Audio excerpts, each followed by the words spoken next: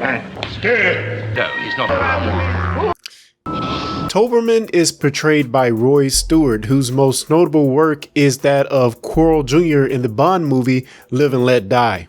You might have even killed me if you'd taken off the safety catch. And before we get into the Doctor Who story featuring Toberman, The Tomb of the Cybermen, spoilers. Toberman was the servant of Kaftan in the story The Tomb of the Cybermen, and what makes this particularly odd is the fact that this story takes place in the 25th century. That being said, Kaftan does originally take up for Toberman when it comes to opening electrified doors to get into the tomb, but strangely enough, the Doctor plays on Toberman's pride and gets him to proceed to open the doors anyway. And it's pretty obvious that Kaftan feels confident with her protection Toberman hanging around.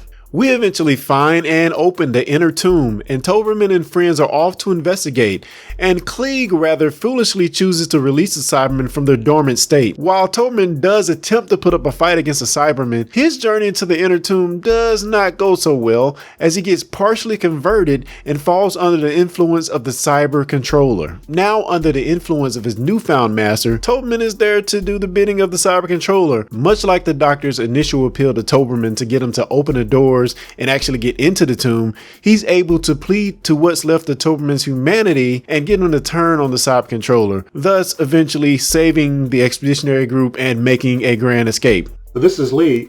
I was alive in 1967 and watching television in America, so my perspective on Toberman is largely flavored, you may say, by the fact that in America we were already seeing Alexander Scott, the super spy on I Spy. We were already seeing Barney Collier, the mechanical genius on Mission Impossible. And on Star Trek, we had Lieutenant Uhura. She's got stripes on her sleeve, you know, she's an officer and she's on the bridge.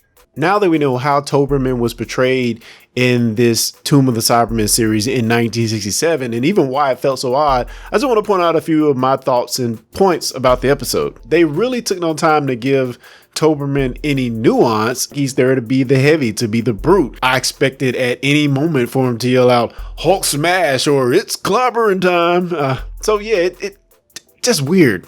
There's also a moment in the story where I'm not sure if the Doctor is giving Toberman praise or kind of talking about him for being such a brute, for being the heavy. There's a moment where he and Jamie are talking, and I'm just kind of weirded out by the Doctor's response. You would think if anybody would be progressive and forward looking, it would be the Doctor, who has traversed time and space. Very strong hands.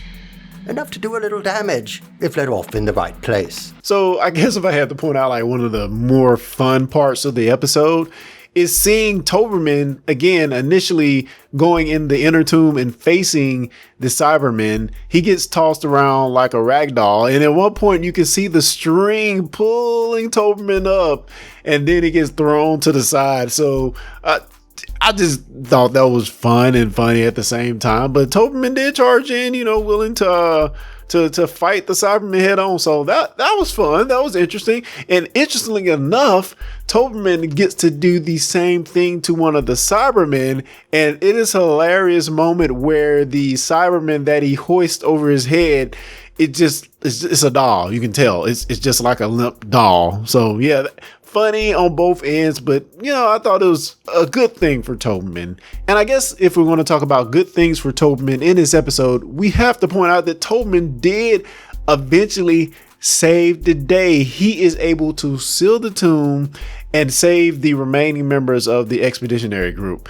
Now, what's weird about that is that the Doctor and the rest of the expeditionary group just leave Toberman lying there to probably be assimilated by the remaining Cybermat. So yeah, bury the guy, please, or I don't know. Just felt weird, man. So guys, here's your call to action. What did you think of Toberman and the Tomb of the Cybermen? Of course, things get way better, and Doctor Who goes on to being maybe one of the more progressive shows on television.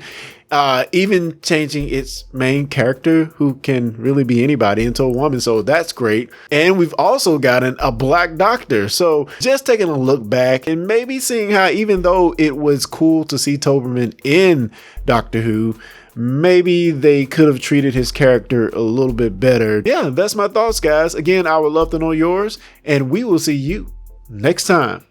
Oh dear, I seem to have lost my recorder.